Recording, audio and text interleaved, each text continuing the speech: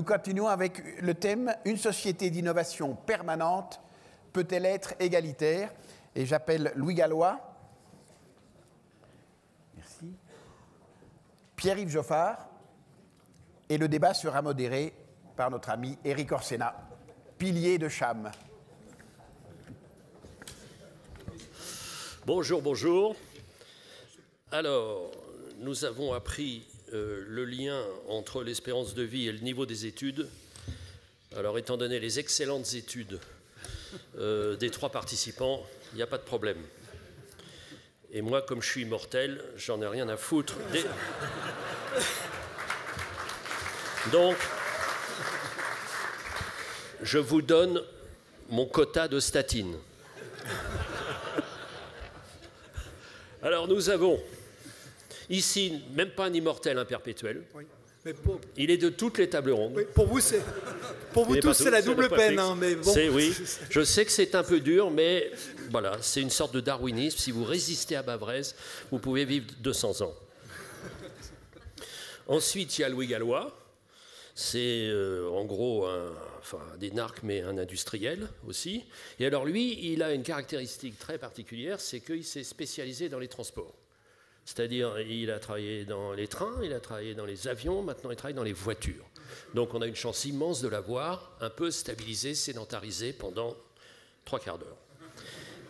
Et Pierre-Yves Joffard ici, qui est le patron de très bonnes études aussi, hein, tout va bien, et il est le patron de l'école d'économie de Paris. Alors, la première question que je voudrais vous poser, puisque le sujet que nous avons, une société d'innovation permanente, peut-elle être égalitaire? C'est vraiment un sujet de bac.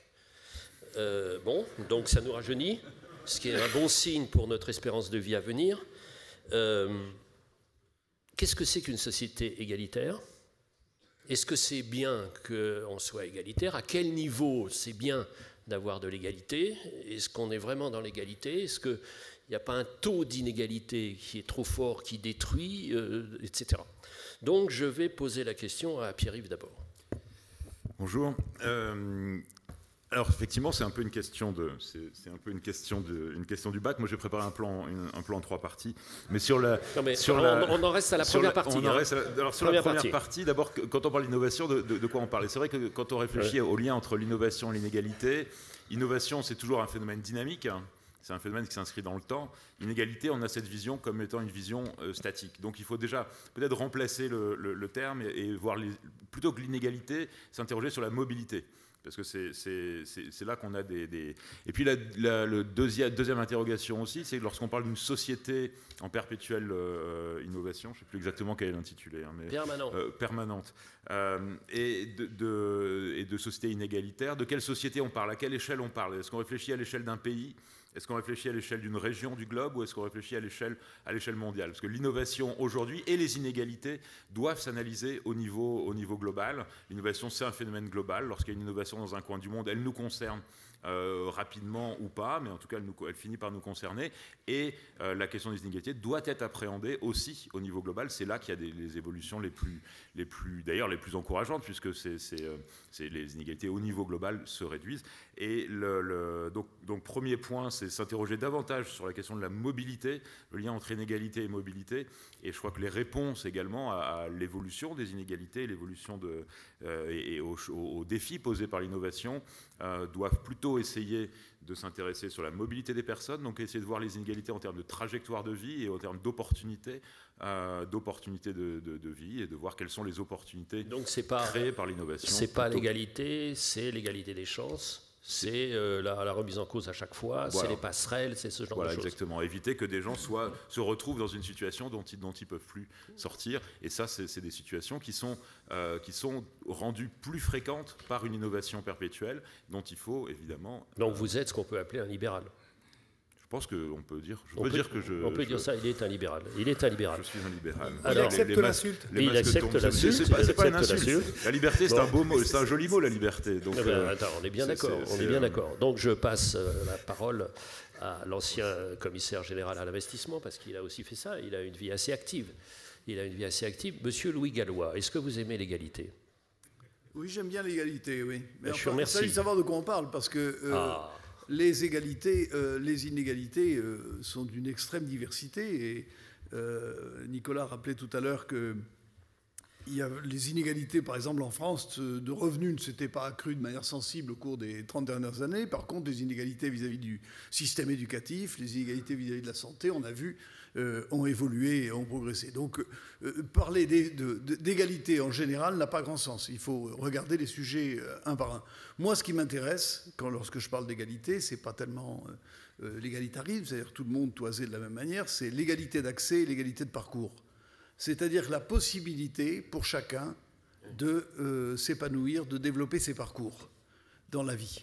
Or, on constate qu'il y a des déterminismes extrêmement forts qui font que chacun n'a pas la possibilité d'accéder à un certain nombre de choses. On va parler de l'accès à l'innovation peut-être tout à l'heure.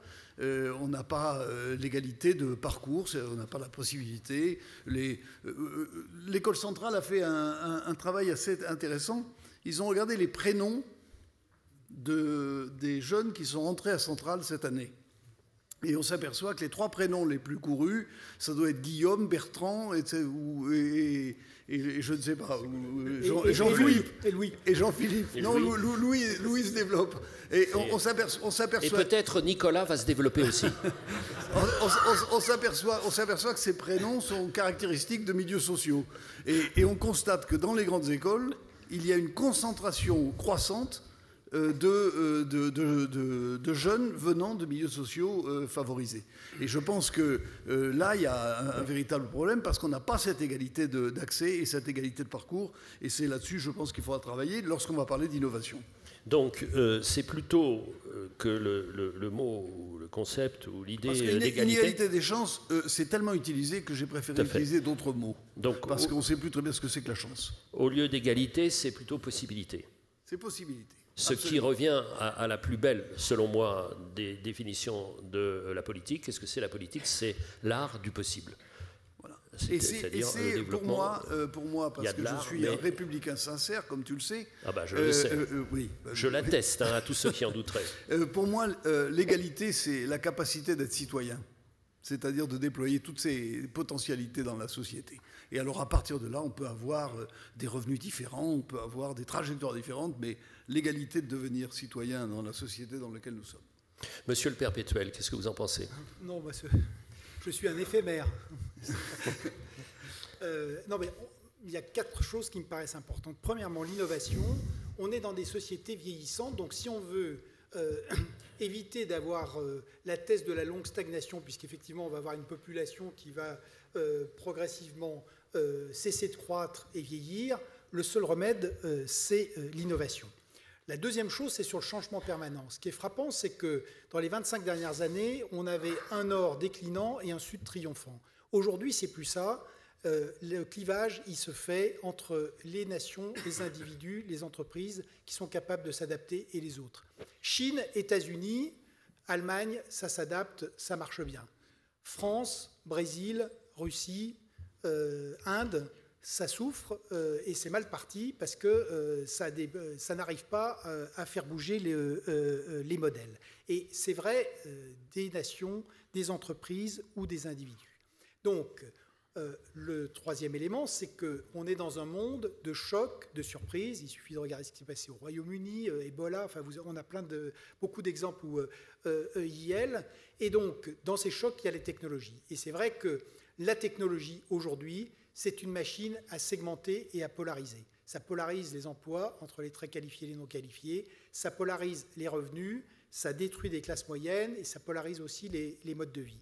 Et donc, moi, ma définition de l'égalité, qui renvoie à ce que je disais sur effectivement la capacité d'être citoyen et de ne pas subir, ce serait, j'allais dire, de permettre aux gens d'être résilients. Et c'est-à-dire, de toute manière, qui que nous soyons, individus, entreprises, nations, nous allons subir de plus en plus de chocs et de chocs qui sont inattendus. Soit on les subit simplement, soit on a la capacité, sans toujours les avoir prévus, mais de pouvoir réagir et de continuer une trajectoire. C'est à mon sens, aujourd'hui, la manière, le concept concret pour décliner, exprimer cette citoyenneté. L'innovation, le principe de l'innovation, d'une certaine manière, la raison d'être de l'innovation, c'est de diminuer les emplois, au moins dans un premier temps. Oui. Alors comment est-ce qu'on peut faire accepter ça, accepter ce changement qui, encore une fois, dans un premier temps, détruit? Oui, non, ça détruit de la société, détruit de la valeur, détruit du confort. Non, on ne détruit pas du confort, mais l'innovation, effectivement, détruit des emplois, et c'est son but, et c'est à ça qu'elle sert. C'est-à-dire, si on prend les trois, en essayant de préparer, je me dis quelles sont les trois plus grandes innovations du dernier millénaire. Ça manquait pas d'ambition. Je me dis, bon, en gros, le harnais de trait, la charrue à soc et le traitement électronique des feuilles de soins. Tout ça, ce sont des à chaque fois, l'imprimerie quand même en hommage à l'académie. La machine à laver, etc. Un peu d'énergie quand même. À chaque fois, ça détruit des emplois. La machine à laver, ça détruit des emplois. Ça a détruit des emplois, mais ça a libéré justement, là où c'est une excellente chose, c'est que ces innovations comme Moulinex, qui détruisent des emplois, eh bien oui, exactement, ça libère du temps humain pour faire autre chose. Si on en croit Béroc ou Rostov, la libération des forces de travail qui a été engendrée par les révolutions agricoles successives, c'est ça qui a créé les conditions pour la révolution industrielle. C'est-à-dire qu'il fallait libérer du temps de travail pour se consacrer à d'autres tâches que simplement labourer ou travailler les sols. Et c'est ça qui a développé l'artisanat, c'est ça qui a développé l'industrie, c'est ça qui a développé les villes, l'art, la culture, l'éducation, enfin tout, c'est pour ça qu'on est là.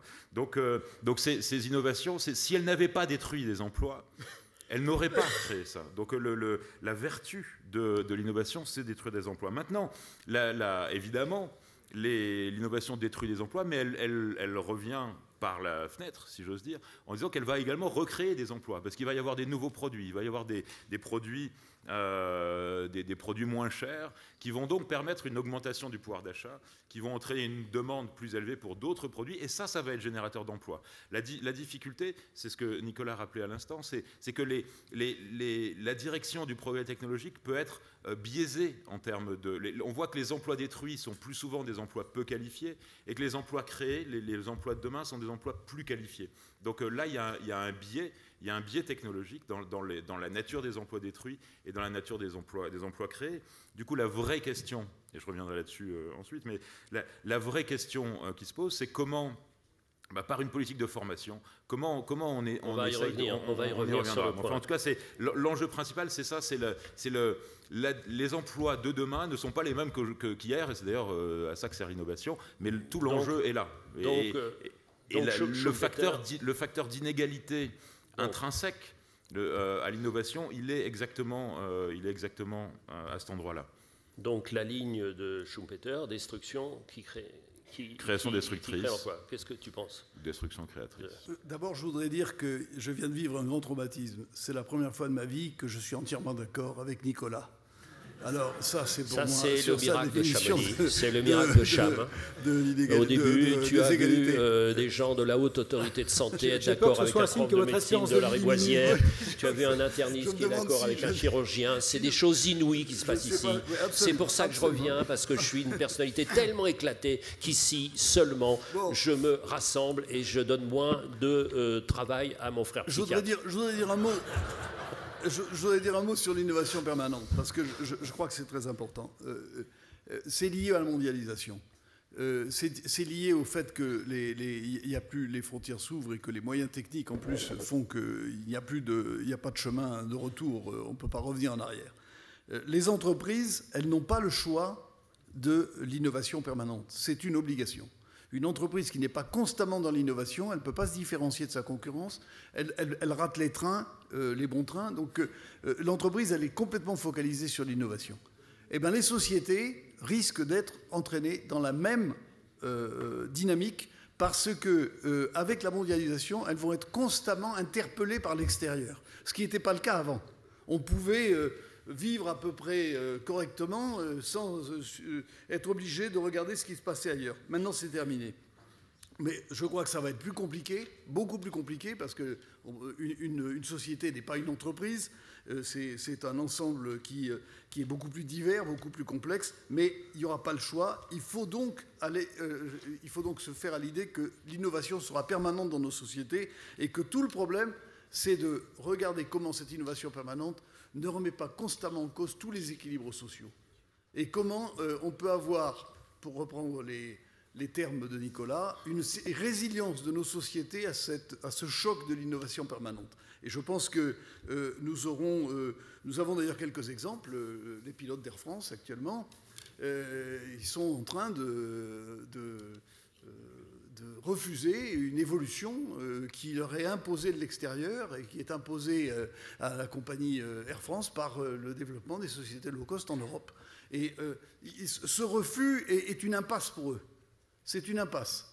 Parce que ce refus va conduire probablement, s'il gagnait, au fait que Air France va être obligée de se replier sur elle-même et va se trouver complètement coincée entre les low cost en Europe et les compagnies d'Abu Dhabi ou de Qatar ou de Singapour sur les longs courriers. Donc, là aussi, il faut que ces pilotes acceptent de se retrouver dans une situation où ils vont être obligés d'évoluer tout en regardant comment ils trouvent un nouvel équilibre dans cette révolution. Donc c'est un travail totalement nouveau pour nos sociétés. Et la société française, elle a une difficulté congénitale à la réforme, parce qu'elle est extrêmement structurée. Et donc, elle a une difficulté particulière par rapport à cette pression que va exercer l'innovation permanente sur elle venant de l'extérieur. Je voudrais juste un tout petit point compléter ce que tu viens de dire. Il se trouve que je travaille sur les villes depuis 3 ans et je vois les villes, et j'en parlais avec le député M. Dor hier, je vois les villes entraînées et les espaces entraînés dans le même mécanisme d'innovation permanente. Pourquoi ? Parce qu'il y a la même concurrence entre les villes et les espaces qu'entre les entreprises. Donc, sont condamnés à innover pour les mêmes raisons, les raisons non pas de compétitivité, mais de compétitivité au carré, c'est-à-dire d'attractivité. Donc, cette question-là est la première remarque. Deuxième remarque, notre vraie difficulté à admettre le changement en France, me semble-t-il, c'est que nous pensons que ce que nous avons vécu durera toujours. Il y a un sentiment comme ça de stabilité, vieille société, accrochée à ces nostalgies. Et alors ça me fait penser à une phrase qui me semble très très forte, qui résume un peu la civilisation japonaise. Tout ce qui a une forme est appelé à disparaître. Tout ce qui a une forme est appelé à disparaître. Donc c'est extrêmement stressant pour nos civilisations. C'est au contraire la marque même de la vie, puisque la ligne n'est pas présente dans la nature. Ce qui est présent dans la nature, c'est le grand cycle des métamorphoses. Tu vois comment Nicolas, notre perpétuel. Alors les métamorphoses, c'est vrai que c'est une... Voilà, je le lançais, je savais que sur la métamorphose, il serait assez bon. C'est la difficulté de ce moment, c'est que de fait, c'est une métamorphose, j'allais dire, radicale.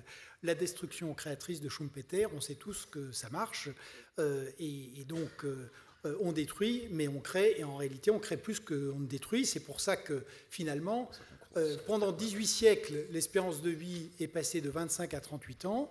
On peut dire beaucoup de mal du capitalisme, des sociétés marchandes et de tout ce qu'on veut et du marché, mais ça a quand même permis de faire passer l'espérance de vie de 35 à 80 ans en 2 siècles. Et donc, c'est quand même pas si mal. Alors, qu'est-ce qui est neuf aujourd'hui par rapport à ce modèle ? Il y a 2 choses. La mondialisation, ce qui vient d'être rappelé, c'est-à-dire que c'est la première fois que nous vivons dans l'histoire universelle et on est rentré dans l'histoire universelle par le capitalisme. Donc, dans le modèle de Braudel, il y avait une ville-monde, et puis ça passait, donc il y a eu Séville, il y a eu Amsterdam, il y a eu Londres, il y a eu New York. Aujourd'hui, ce n'est pas une ville-monde, c'est un réseau de villes-monde qui coopèrent et qui sont en concurrence. Donc on a San Francisco, Los Angeles, New York, Londres, peut-être Berlin, peut-être Istanbul, Lagos, évidemment, Shanghai, Hong Kong, Singapour. Donc vous voyez, c'est un réseau. Et c'est vrai que ça change complètement le jeu parce que, pour l'instant, au-delà des innovations techniques, on a des innovations sociales, mais elles avaient toujours... Il y avait de la concurrence entre les entreprises, les pays, mais c'était quand même dans un cadre national qu'on avait acclimaté. D'ailleurs, l'État-providence dont on parle a été une création des États nationaux. Donc ça, c'est la première différence. La deuxième différence, mais qui n'est pas encore... c'est une question qui reste ouverte, c'est de savoir si cette révolution technologique est différente des autres. Et moi, je pense que oui, parce que quand on regarde les grandes révolutions, la machine à vapeur, l'électricité, le pétrole, la pénicilline, ça a été quand même sectoriel, même si ensuite ça a innové pas mal. Aujourd'hui, le fait qu'on soit passé, cet âge des machines, où on est passé du calcul au réseau et maintenant aux données, c'est totalement transversal. Et ça change tous les métiers. Je vais vous donner et y compris la santé. Je vais vous donner un exemple pratique, les hôtels. Bon. Si vous êtes hôtelier aujourd'hui, la chose est très simple. Si vous êtes dans l'hôtellerie de luxe, c'est les fonds souverains d'Asie et du Moyen-Orient qui possèdent les murs et donc qui gagnent sur l'immobilier. C'est la centrale de réservation américaine qui prend les 25% de la marge de la réservation. Et en fait, quand vous êtes hôtelier, qu'est-ce que vous gérez? Les femmes de chambre. Et donc, c'est compliqué de gagner sa vie avec des femmes de chambre. Et donc, demain, Google pourra vous faire ce que les assureurs ne peuvent pas faire. Google, pour les hôpitaux, pourra vous faire la sélection et vous dire « Monsieur, vous êtes hôpital, vous en avez marre de soigner des gens qui sont... Donc moi, je vais vous faire ce que vous n'avez pas le droit de faire, c'est-à-dire la sélection sur les données, et je vais vous apporter un portefeuille de clients, mais vous allez me filer X% en échange de ça. Je vous garantis votre activité, votre rentabilité, et je vais prendre... Et puis vous allez vous débrouiller pour soigner. Et même chose pour les assureurs. Les assureurs auront leur ratio prudentiel, ils auront tous les régulateurs sur le dos, leurs problèmes de fonds propres, et Google leur dira si vous voulez assurer les gens convenables, moi voilà j'ai le fichier, c'est tant. Et si vous ne voulez pas le faire, l'assureur voisin sera ravi. Donc vous prenez ou vous ne prenez pas. Et donc, si vous voulez, c'est la caractéristique, outre ce que je vous ai dit là, c'est que toutes les activités là vont être touchées et de manière extrêmement spectaculaire, plus profondément simplement que dans des problèmes financiers, mais dans leur modèle économique et dans tout le partage de la valeur. Et il ne faut pas croire que la santé, et je reviens à ce que disait on pense souvent que la santé est en dehors de ça. Réponse non. Elle est dans la mondialisation, avec les riches chinois, ils partent de Chine parce que pour la santé et l'éducation. Et ils vont se faire soigner ailleurs, et ils mettent leurs enfants ailleurs pour se faire... À l'inverse, on sait tous aujourd'hui que dans un certain nombre de pays, l'Inde, certains pays de l'Europe centrale et orientale, on a déjà des offres de soins excellentes, mais segmentées. Donc, la santé est dans la mondialisation, et la santé va être dans cette révolution technologique. Avec potentiellement... ça va prendre du temps, etc., mais le même impact que ce que je vous ai décrit de manière évidemment schématique sur les hôtels. C'est la raison pour laquelle on peut se poser... donc toutes les révolutions technologiques sont des tamis pour les individus, les entreprises, etc. Il y a ceux qui passent et qui peuvent y compris progresser, il y a ceux qui n'y arrivent pas et qui partent au fond du tamis. Mais celle-là, elle est, me semble-t-il, particulièrement importante à cause de cet aspect vraiment transverse. Ça touche tous les secteurs d'activité et tous les éléments de la chaîne de valeur et les modèles économiques et sociaux. Louis Gallois. Oui, je peux compléter par quelques cas. Donc tu es toujours d'accord avec Nicolas? Je suis toujours d'accord avec Nicolas, ça commence à devenir très préoccupant pour moi. Mais Seb fabrique des autocuiseurs, des robots, etc. Ils sont en train de rentrer dans le service. C'est-à-dire qu'ils apportent maintenant à leurs clients le service lié aux robots et aux autocuiseurs. Et ils considèrent que les robots et les autocuiseurs vont devenir une sorte de commodité et que leur marge va être sur le service. Et ils disent, si ce n'est pas nous qui le faisons, ça sera Google. C'est-à-dire qu'ils sont en train de se mettre en interface. Et ils ne craignent qu'une chose, c'est que Google se mette en interface entre les clients et eux-mêmes. Oui. Et je suis allé voir ce qu'ils font dans leur laboratoire sur ce plan-là. Maintenant, Seb devient une entreprise de logiciels. Et deuxième sujet qui nous concerne tous, l'université est en danger majeur. Parce que les MOOCs et tout ce qu'il y a autour, beaucoup au-delà même des MOOCs, fait que ce sont les universités et les systèmes type Coursera qui fournissent les MOOCs qui sont en train, les universités américaines et Coursera, qui sont en train de prendre le contrôle du système universitaire. Et nous allons avoir, évidemment, maintenant, d'abord, ça va accélérer, évidemment, le fait que toutes les universités vont travailler en anglais, puisque ça va être la langue universitaire dès le premier cycle. Et deuxièmement, les enseignants français, s'ils ne se mettent pas à cela, s'ils ne se mettent pas dans ce moule, ils vont se trouver complètement court-circuités. Et donc, je pense que Nicolas a parfaitement raison, ça va toucher tous les métiers. Dans l'automobile, on est en train de se demander si le prochain constructeur d'automobile, entre guillemets, ça ne sera pas Google. Parce que l'automobile se connecte de plus en plus, et que donc c'est le contact entre le client et le système de connexion qui va devenir déterminant. La voiture va devenir simplement le support de cette connexion. Et donc, Google, qui ne va pas se mettre à avoir des gigantesques usines automobiles, il va sous-traiter les automobiles. Et il tiendra le système si on n'est pas capable si les constructeurs eux-mêmes ne sont pas capables de développer l'interface Internet avec les clients. Juste, Nicolas. Voilà, sur le problème vital donc, de cet âge des données, vous voyez bien que le modèle Google, c'est la fausse gratuité, c'est-à-dire c'est gratuit pour vous, mais vous me donnez vos données et je peux en faire ce que je veux. Et ça, vous voyez, dans le problème majeur de l'accès aux données de santé, vous voyez que c'est quelque chose de colossal parce que personne, même d'un point de vue légitime, l'État est difficilement placé pour interdire à un individu de mettre toutes ses données à disposition.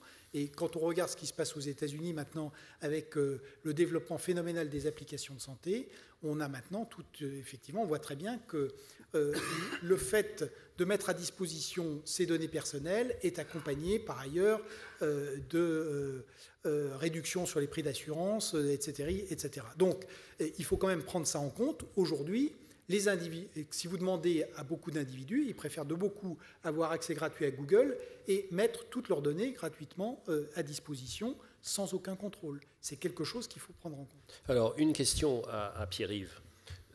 Est-ce que l'école d'économie de Paris, qui a rassemblé les meilleurs des compétences, n'est pas arrivé, oui, mais enfin, bon, on est là ici entre nous, et donc on est là pour dire la vérité. Est-ce que vous n'êtes pas arrivé trop tard? Est-ce qu'avec les MOOCs, vous n'êtes pas arrivé trop tard? Est-ce que les MOOCs, cette multiplication donc, de ces cours, est-ce que ce n'est pas une très très bonne nouvelle pour l'égalité? Puisque quand vous n'avez pas les moyens d'aller à Harvard, d'aller au MIT, d'aller en Chine, d'aller tout ça, ben, vous avez l'ouverture. Donc est-ce que c'est vrai, est-ce que c'est faux? Est-ce qu'au contraire, qu'est-ce qui reste de l'école? Et lié à ça, ce qu'on disait tout à l'heure sur les lieux, est-ce que les lieux, c'est la fabrique de l'inégalité ou est-ce que les lieux, c'est la garantie de l'humanité? Non. Des processus. Oui, effectivement, ce qu'il faut voir dans l'innovation, on voit d'une part les métiers, les emplois détruits et les métiers créés, mais on voit aussi au niveau des produits et au niveau de l'arrivée de produits, ça a aussi un impact sur les inégalités. C'est-à-dire que dans un premier temps, quand on a une innovation technologique, les premières versions, les premières générations du produit peuvent être très chères et concerner une petite minorité, mais ensuite ça se diffuse et ça finit par bénéficier au plus grand nombre. Donc au final, et puis au final, il faut voir une chose, c'est qu'une innovation qui marche, une innovation qui détruit et qui crée des emplois, c'est une innovation qui apporte quelque chose aux gens. Parce qu'il y a plein d'innovations qui ne marchent pas, tout simplement parce qu'elles ne percent pas, elles ne trouvent pas leur clientèle ou leur place. Non mais soyons plus précis, est-ce que les MOOCs vont détruire votre emploi à vous? Les MOOCs, est-ce que là, dans un an, vous allez être chômeur? L'innovation actuelle, dans un an, non, mais tous les métiers sont menacés. Tous les métiers sont menacés. Hier, Laurent Alexandre disait que les médecins, dans 30 ans, seraient des infirmières. Je pense qu'effectivement, il y a un vrai risque que dans 10 ans, les professeurs deviennent des appariteurs. Je suis d'accord. C'est une réalité. On va passer vend de moins en moins de livres. On va passer des MOOC. Heureusement qu'il y a les femmes qui continuent à lire les miens. Sauf Piketty, désolé pour... Oui. Donc, effectivement, tous les métiers sont menacés, donc ça veut dire qu'il faut s'adapter, ça veut dire qu'il faut anticiper les évolutions futures pour se préparer dès aujourd'hui aux métiers de demain. Et ça nous concerne tous les métiers. C'est vrai qu'il n'y a plus aucun secteur protégé, l'enseignement supérieur, l'enseignement secondaire, l'enseignement primaire, comme les autres secteurs. Face à ça, il y a plusieurs réponses possibles, hein, face à cette menace sur les emplois. Il y a la réponse, je dirais, l'ornière un peu classique, qui est la protection. La protection contre l'innovation, qu'elle vienne de l'extérieur ou qu'elle soit domestique. C'est-à-dire, on essaye d'ériger des barrières. Protection contre l'innovation extérieure, on met des barrières douanières. Protection contre l'innovation domestique, eh bien, on interdit des sociétés innovantes comme le VTC d'utiliser des technologies nouvelles et on les confie aux rentiers classiques qui sont les sociétés de taxi. Ça, c'est une réaction assez étrange par rapport à l'innovation quand même. Hein. En tout cas, c'est difficile de concilier ça avec un discours qui dit il faut innover et on va chercher la croissance. Deuxième réaction possible pour essayer de lutter contre l'effet délétère, contre l'effet d'accroissement des inégalités, c'est l'impôt.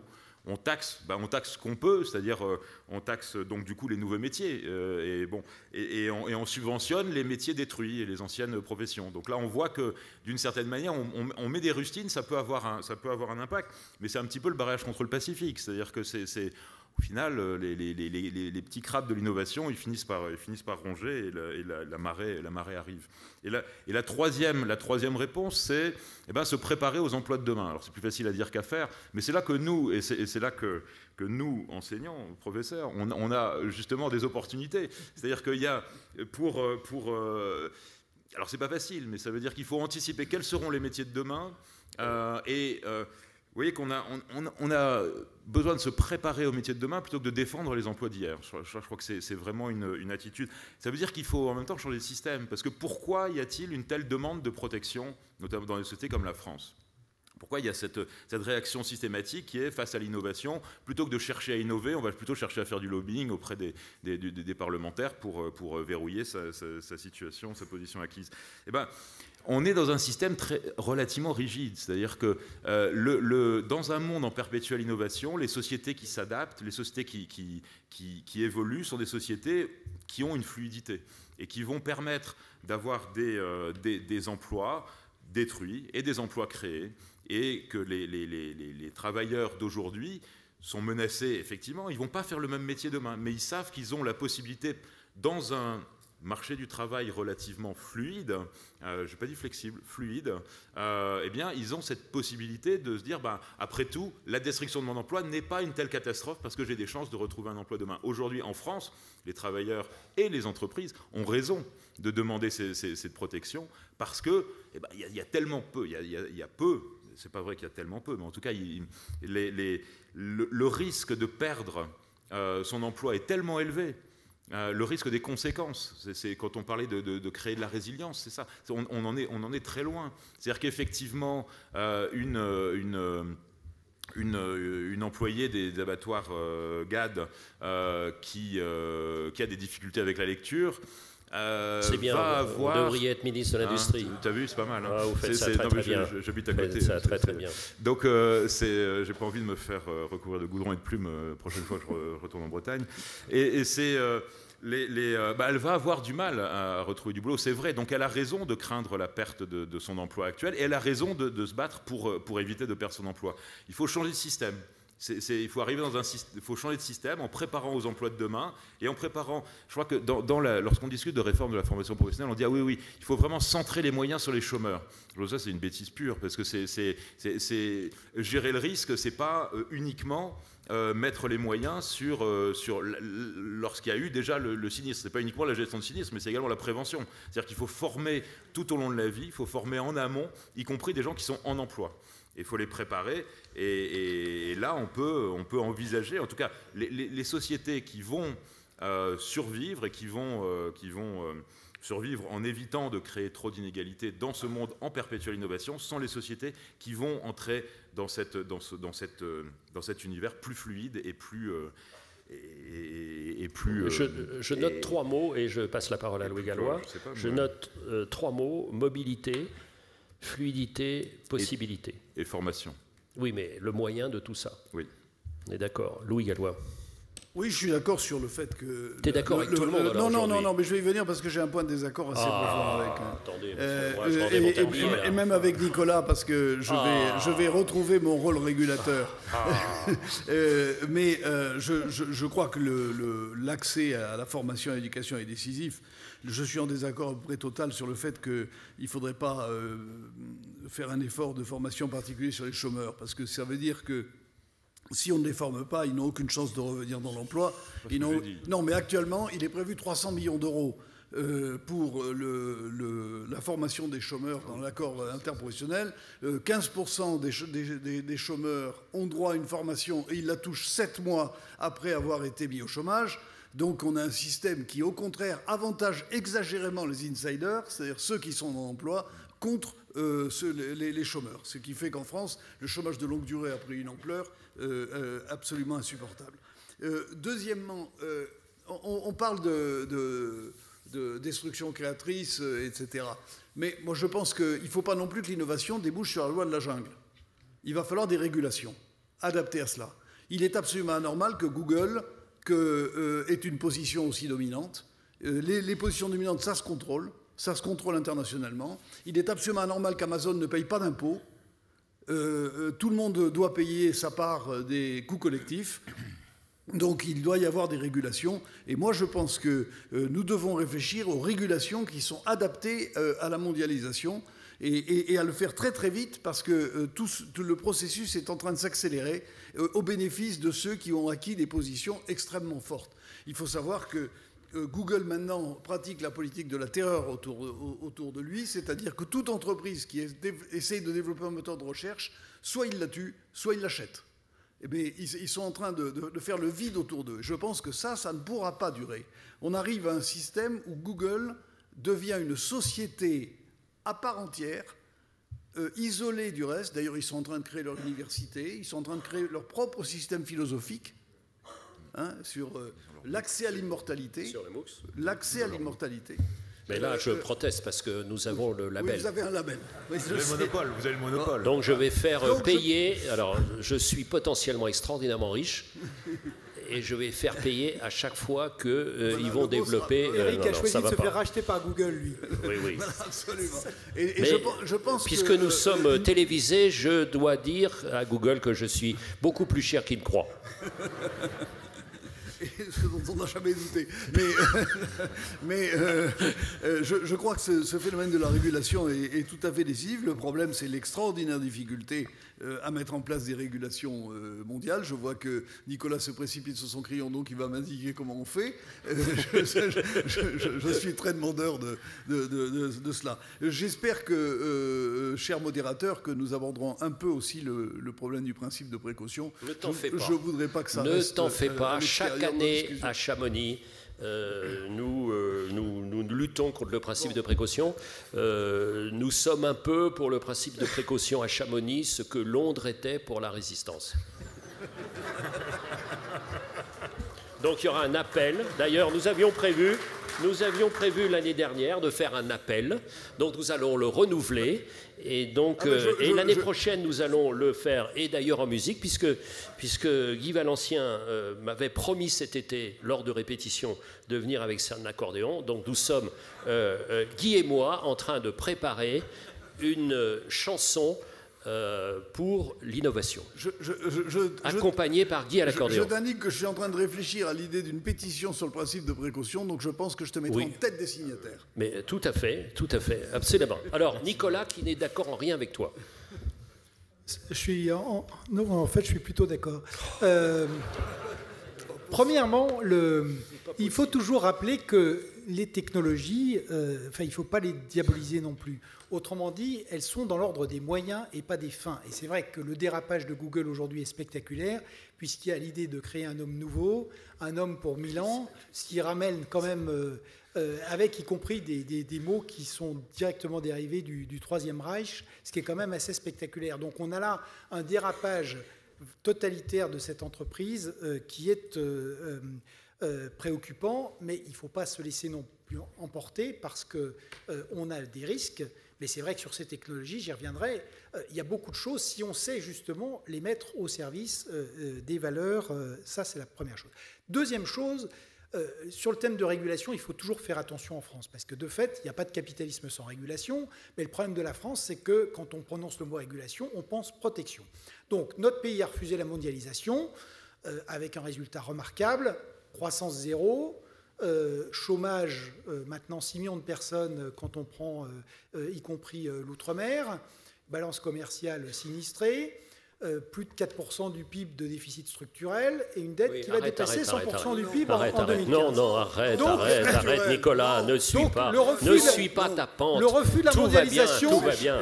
Le refus de la mondialisation, comme vous le voyez, a été un choix gagnant. Tous ces chiffres sont discutables. Si on veut refuser les technologies, on va aggraver encore un peu un système qui est déjà dans on est là pour la reconquête ici. Voilà. Bon, Pierre-Yves.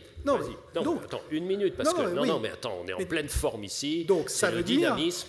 que sur les technologies, oui, il faut effectivement travailler ce que font les Allemands et ce qu'on ne fait pas nous sur le Google européen, et ce qu'ont fait les Chinois également.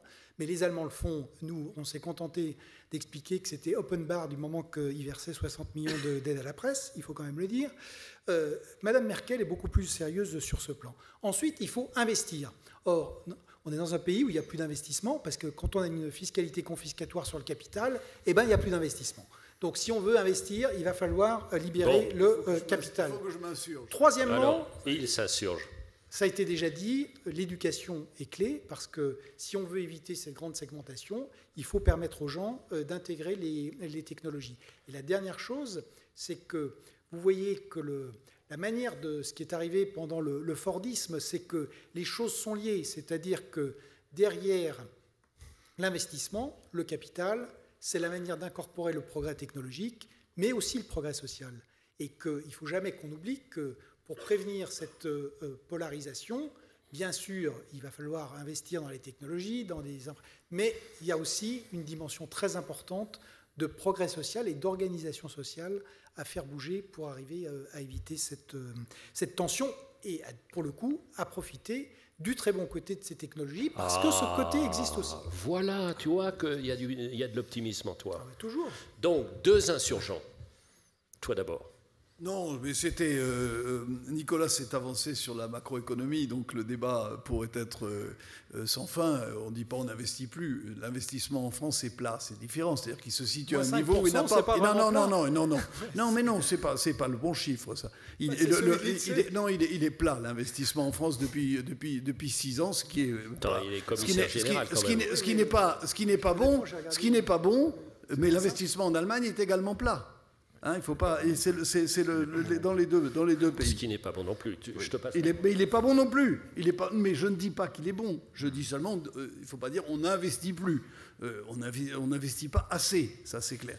Bon. Et puis sur les causes des difficultés sur la croissance zéro, dans une zone euro où il y a une croissance négative et où il n'y a plus d'inflation, la France peut difficilement, parce qu'elle n'en a pas peut-être les moyens actuellement, s'isoler et se différencier. Même l'Allemagne va le voir dans ses statistiques sur l'année 2014, qu'elle-même ne peut pas complètement s'isoler d'une conjoncture catastrophique en Europe. Et le problème, c'est que l'Europe est la zone de basse croissance depuis 10 ans dans le monde, et avec le Japon, et que ça, c'est notre problème structurel, mais c'est un problème.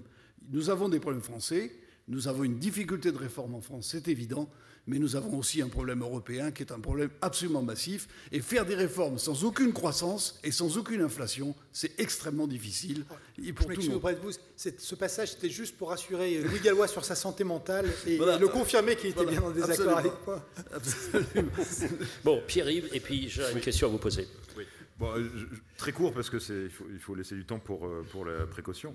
Mais effectivement, je crois qu'une des questions posées, c'est l'émergence des monopoles à une vitesse qu'on n'a jamais connue. C'est-à-dire que et c'est là qu'il y a peut-être un phénomène nouveau dans cette innovation, c'est que à la fois l'innovation, notamment l'innovation numérique, les sociétés digitales réduisent l'intermédiation, mais créent des situations de monopole naturelles dès qu'il s'agit de plateformes. Hein. Donc on a une émergence. Les GAFA n'existaient pas. Aucune des sociétés n'existait il y a 20 ans, et ce sont des sociétés globales. Donc il y a un événement nouveau sur la rapidité de la création de ces monopoles et sur la rapidité à laquelle ils créent des monopoles globaux, ou en tout cas des oligopoles vraiment globaux. Et face à ça, les réponses qu'on peut avoir, on ne sait pas. D'abord, on ne sait pas non plus si cette innovation permanente va entraîner également une destruction plus rapide de ces monopoles. Hein, c'est possible qu'il y ait d'autres innovations technologiques qu'on ne voit pas encore aujourd'hui et qui vont saper les monopoles. On peut penser par exemple Facebook, qui est un réseau social global. Ce qu'on voit, c'est d'autres sociétés, d'autres applications, qui créent des réseaux sociaux plus spécialisés. Chacun va être bientôt membre de plusieurs réseaux sociaux. C'est l'autorégulation. C'est une hypothèse. C'est une hypothèse, mais en même temps, alors on a vu à quel point ça marchait bien l'autorégulation dans la finance. Ah ça marche super bien, oui, ça c'est le problème, c'est que s'il n'y a pas d'autorégulation, qu'est-ce qu'on a d'autre pour réguler des monopoles globaux qui se créent à une telle vitesse? On n'a rien, on n'a pas d'institution. On n'a pas d'institution mondiale, mais je rappelle quand même qu'aux États-Unis, la première régulation du capitalisme américain, c'est la loi Sherman de 1890. La Banque centrale date de 1913. L'institution boursière de 1934, et ça a été créé pour casser la Standard Oil. Donc, mais ce qui est vrai, c'est qu'aujourd'hui, l'antitrust américain ne fonctionne pas sur l'Internet parce que tout est déversé à la NSA. Et donc, par définition, on les laisse opérer puisque, pour l'instant, les États-Unis considèrent que c'est un enjeu également, c'est un double enjeu de compétitivité et de sécurité nationale qui fait qu'on leur laisse carte blanche. Mais c'est vrai que, en revanche, ça n'excuse pas l'incroyable faiblesse du commissaire européen vis-à-vis de Google, et j'espère que le successeur de M. Almunia prendra ce dossier sérieusement. On avait obtenu des résultats sur Microsoft, ce qui montre qu'on peut quand même faire des choses. Là encore, et les Chinois, eux, à leur manière, qui est alors pas très état de droit, mais qui est la manière chinoise, ont créé Baidu et ont bloqué Google et les autres. Donc, tout ça pour vous montrer que le gouvernement mondial est une chimère, et ça, on n'y arrivera jamais, mais on a quand même des éléments on peut avoir des éléments de réponse. Il y a un point sur lequel nous sommes passés assez vite, et pourtant qui me semble tout à fait crucial, c'est l'ambition de plus en plus dévoilée de Google de créer un homme nouveau.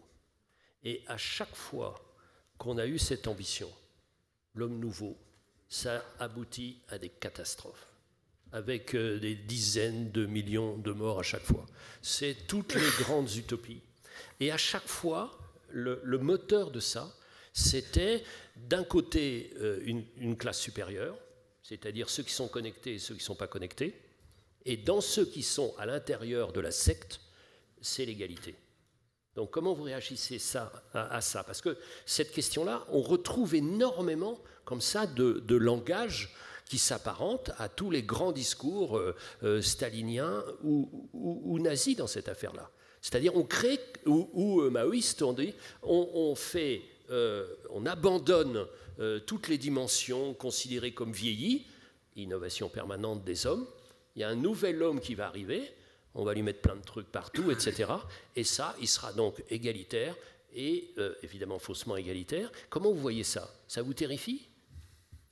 Ça reste de toute façon assez utopique et assez spéculatif. Je crois qu'on en est quand même relativement l'économie est là. Hein. Mais non, je reviens sur le point précédent. Moi, je suis ravi de voir. Non, mais j'aimerais qu'on réponde à la question aussi, parce que tu réponds si tu veux au point précédent. Mais la question, enfin, j'ai dans ma vie posé des questions moins pertinentes que celle-ci. Oui, mais bon, d'accord, ça t'intéresse. Ça m'intéresse. Ça m'intéresse. Je reviens après. Mais tu peux, bien sûr, si tu réponds à ma question. Je suis quand même modérateur, quoi. Voilà. Même si je suis plutôt l'inverse de modérateur, parce que vous êtes tous d'accord. Donc je suis obligé un peu de... Vous savez, c'est pas facile, je dois tenir 1 heure, moi. Hein. Moi, je suis un optimiste indéfectible, donc je pense que des contre-pouvoirs vont émerger. Et je le souhaite aussi rapidement que possible. D'autre part, quand même, Google n'a pas d'armée. Et j'espère qu'il n'en aura pas une. Et ce que tu évoquais, ça s'est toujours terminé par d'affaires militaires. Et je pense que même la révolution culturelle est une affaire militaire. Donc je pense qu'on n'en est pas là. Mais ça ne veut pas dire qu'il n'y ait pas un danger hégémonique de Google et une utopie complètement fuligineuse derrière. Donc il faut attaquer cela, il faut se battre contre cette utopie fuligineuse et il faut aussi remettre en cause ce monopole qui est en train de prendre une ampleur qui devient insupportable pour le développement même je dirais, de nos sociétés. On ne pourra pas continuer avec une entreprise qui, comme le disait Nicolas, vit de nos données, vit du fait qu'elle nous connaît et qu'elle est en train d'abolir complètement quelque chose qui est essentiel, qui était essentiel jusqu'à une certaine époque, c'est l'intimité et la vie privée. Alors, je voudrais poser une question. Et puis on va aller au principe de précaution. Où est-ce qu'on innove en France ? Je précise un peu. Il y a un phénomène de métropolisation qui concentre un peu toutes les forces, toutes les dynamiques, toutes les attractivités. Et puis, il y a une autre société, un peu partout, de villes moyennes qui ne trouvent pas leur place dans les métropoles. Et je ne parle pas du tissu rural. Et donc, on a une vision dans cette mutation permanente d'une France qui pourrait être, avec 7-8 métropoles, une sorte de somme de Singapour. Et entre les Singapour, on fait quoi? Parce qu'à Singapour, il n'y a que la ville-État. Donc il n'y a pas ce genre de choses, des petites villes de 20-30 000 habitants. On en parlait encore avec M. Dor, le député, et on les voit tous qui sont perdus, en disant toutes les forces vives sont dans les métropoles, c'est là où on innove, et c'est là où on est content, et c'est là où on est gourmand d'innovation, et gourmand d'extériorité, gourmand du monde extérieur de tout ça, et l'autre côté, protection. Première question. Deuxième question, il y a une demande de l'électeur, globalement, d'être protégé. Donc, comme on ne peut pas protéger, on ment. Évidemment, comme à chaque mensonge, la facture, un jour, est présentée. C'est ce qui se passe aujourd'hui. Toute allusion aux situations Mais actuelles. aucune sorte d'allusion. Moi, je suis d'un seul bloc, je n'ai qu'une seule possibilité de penser en même temps. Je suis comme le fils Bush, notamment. Eric, je vais revenir d'un mot à ta question précédente parce qu'elle n'a pas eu de réponse. Et je crois que la réponse, c'est l'hubris, c'est la démesure des Grecs. Et en réalité, depuis Thucydide, on sait que nation, entreprise, etc., quand on cède à la démesure, ça finit par mal se passer. C'est ce qui s'est passé pour les empires totalitaires du XXe siècle, ce qui s'est passé plusieurs fois pour les marchés financiers. Et je crois que Google, avec cette entreprise, effectivement, puisque les documents sont là, de construction d'un homme nouveau, a passé un seuil qui va amener un certain nombre de réactions. Donc pour moi, c'est vraiment la démesure qui est et l'hubris des Grecs. Sur les villes, aujourd'hui, alors là, le phénomène n'est pas neuf. Si vous regardez dans l'histoire, depuis le XIIIe siècle, qui est le grand siècle français, c'est vrai que l'innovation se concentre dans les villes. Et si on prend toutes les grandes révolutions technologiques depuis le XIIIe siècle, c'est toujours les villes qui concentrent à la fois la richesse, les gens les plus moteurs, les plus mobiles, et donc c'est là que ça finit par se catalyser. Ensuite, vous avez des modèles qui sont très différents. Non, attends. La seule chose, c'est que, comme dans d'autres domaines de l'activité, tu as une concentration des villes. Oui, avant, tu pouvais avoir de l'emploi et donc de l'innovation, et donc du développement économique dans des villes de 30 000. Oui, mais j'ai une réponse très concrète là-dessus, Eric. Voilà, parce que j'avais mais quand je laisse finir Nicolas Bavrez, il enchaîne sur la troisième table ronde à laquelle il va participer tout à l'heure. Il y a deux exemples très différents, très concrets en France, un qui est tout près, et puis l'autre de l'autre côté du pays. Vous avez Toulouse. Toulouse, c'est la grande ville de l'aéronautique, un succès considérable, Louis de la Gallois, mais Toulouse a tué toute la région. Il n'y a plus rien autour. Et donc, c'est le désert. C'est la vérité. Protestez les Toulousains. À l'inverse. Protestez les Toulousains. C'est pas parce qu'il y a des petites difficultés avec l'équipe de rugby en ce moment qu'il faut attaquer Toulouse. Je n'attaque pas Toulouse, c'est un constat. Et d'ailleurs, si vous regardez maintenant Lyon, qui a été avec Lille... Il est interdit de séjour à Blagnac maintenant. Un des grands pôles du développement du XIXe siècle. Ce qui est intéressant de voir, c'est qu'aujourd'hui, Lyon est reparti dans la mondialisation, mais avec un système ouvert, et que les villes autour, avec lesquelles Dieu sait qu'il y a eu des rivalités politiques et tout ce qu'on veut, aujourd'hui, Lyon fonctionne avec Saint-Étienne, avec Chambéry, avec Grenoble, évidemment, même avec Roanne, avec Mâcon, et là, on a un réseau qui s'est mis en place. Et ce qui est intéressant de voir, soit dit en passant, c'est que c'est à cet endroit qu'on a inventé, pour la première fois, l'idée de fusionner la métropole avec le département, qui était quand même une innovation. Donc, là encore, c'est pour vous montrer que les choses ne sont pas écrites, et que je crois que de toute manière, ces innovations, c'est vrai qu'elles vont se concentrer dans les métropoles pour les raisons qu'on indiquait. C'est là que, quand vous voulez faire de l'innovation, il vous faut des universitaires, des entreprises, des capitaux, des pouvoirs publics, des infrastructures et des gens qui sont par ailleurs mobiles. Donc ça, c'est vrai que la métropole a un avantage pour ça. Mais la métropole n'a pas forcément vocation à fonctionner en vase clos. Elle peut fonctionner elle-même en réseau. Alors, deux sur ce point, rapidement, et puis ensuite, pour la défense du principe de précaution, je passerai la parole à Louis Gallois. Oui, c'est vrai qu'il y a les clusters et le fait d'avoir un certain nombre de métiers, un certain nombre d'activités au même endroit favorise l'innovation, c'est un moteur. Mais en même temps, les innovations, il y en a partout.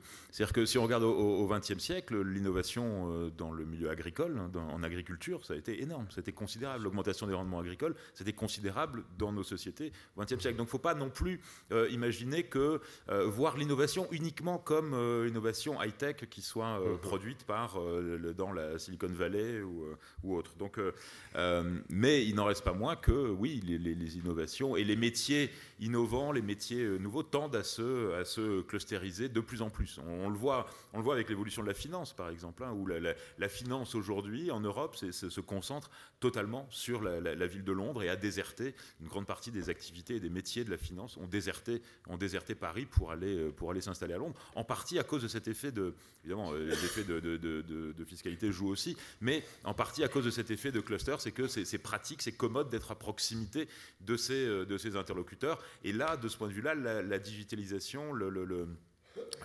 l'Internet n'abolit pas suffisamment les frontières pour garder un rôle particulier à la proximité géographique. Donc oui, c'est un vrai enjeu. Donc maintenant, Louis Gallois, tu as... Non, parce qu'il te reste 3 minutes 43. Donc pourquoi faut-il défendre le principe de précaution bec et ongle? Voilà. Oui, c'est une antiphrase, évidemment.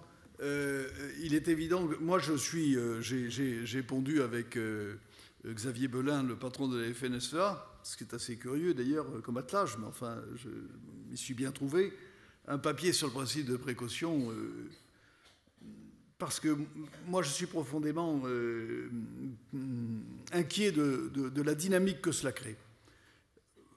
La précaution, c'est quelque chose d'assez naturel. Et là aussi, je prendrai le parallèle avec les entreprises. Les entreprises font des analyses de risque. Sur chaque chose, sur chaque événement, on fait une analyse de risque. Et on regarde comment on gère le risque. Ça s'appelle, en patois du Sud-Ouest, le risk management. Bon, eh bien, on sait faire. Nos sociétés ne savent pas faire l'analyse de risque de manière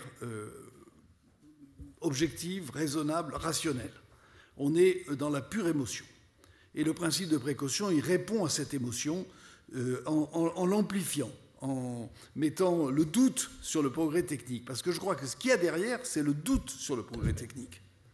Et lorsqu'une société doute de sa capacité à progresser et doute du progrès technique, je pense qu'elle est en danger. Et que le principal risque que nous courons, ce n'est pas tellement celui que nous apportent les nanotechnologies, le nucléaire, les biotechnologies, le gaz de schiste et les OGM. Le principal risque que nous courons, c'est celui du déclin, si nous ne sommes pas capables d'assumer le risque, en le gérant, mais d'assumer le risque. Et je pense que le principe de précaution, il est mortifère parce qu'il introduit l'idée que le progrès est d'abord générateur de risques avant d'être générateur d'opportunités. Et alors que je pense qu'il est à la fois générateur des deux et que les deux se gèrent. Les deux se gèrent. Et il est extrêmement important que nous passions d'une attitude émotionnelle sur ce point à une attitude rationnelle. Mais cela suppose un éclairage de l'opinion publique. Cela suppose que les politiques ne répondent pas à ce problème par des mesures à court terme qui visent toujours à répondre à l'émotion et qui ne s'attaquent jamais à la raison. Donc mon appel, il n'est pas impossible d'ailleurs qu'avec Xavier Belin on lance quelque chose de public sur ce point. Mon appel, c'est de la remise en cause de ce principe de précaution dans la Constitution. J'ai dit que je souhaitais un principe d'innovation qui fasse le contrepoint avec le principe de précaution dans la Constitution. Ce que je préférais, c'est qu'il n'y ait rien du tout. Et que la société assume et gère les risques du progrès technique, en sachant que le progrès technique, c'est celui qui a assuré 30 ans de plus à l'humanité en un siècle. Juste un point. Merci beaucoup. Il est quand même assez invraisemblable que la France, qui se veut patrie des Lumières, etc., inscrive dans sa Constitution, c'est-à-dire dans la loi des lois, la précaution. Et on redit ce que nous avons dit un certain nombre de fois, tout, sans exception, ce que nous avons fait de mieux dans notre vie, c'est quand nous avons été au-delà de la précaution. Tout, professionnellement et personnellement. Qui s'est marié se serait marié s'il avait suivi le principe. Oui, mais là on fait pas assez d'analyse. Non, mais attends. Et permets-moi d'évoquer ma vie personnelle. Qui se serait remarié? Merci.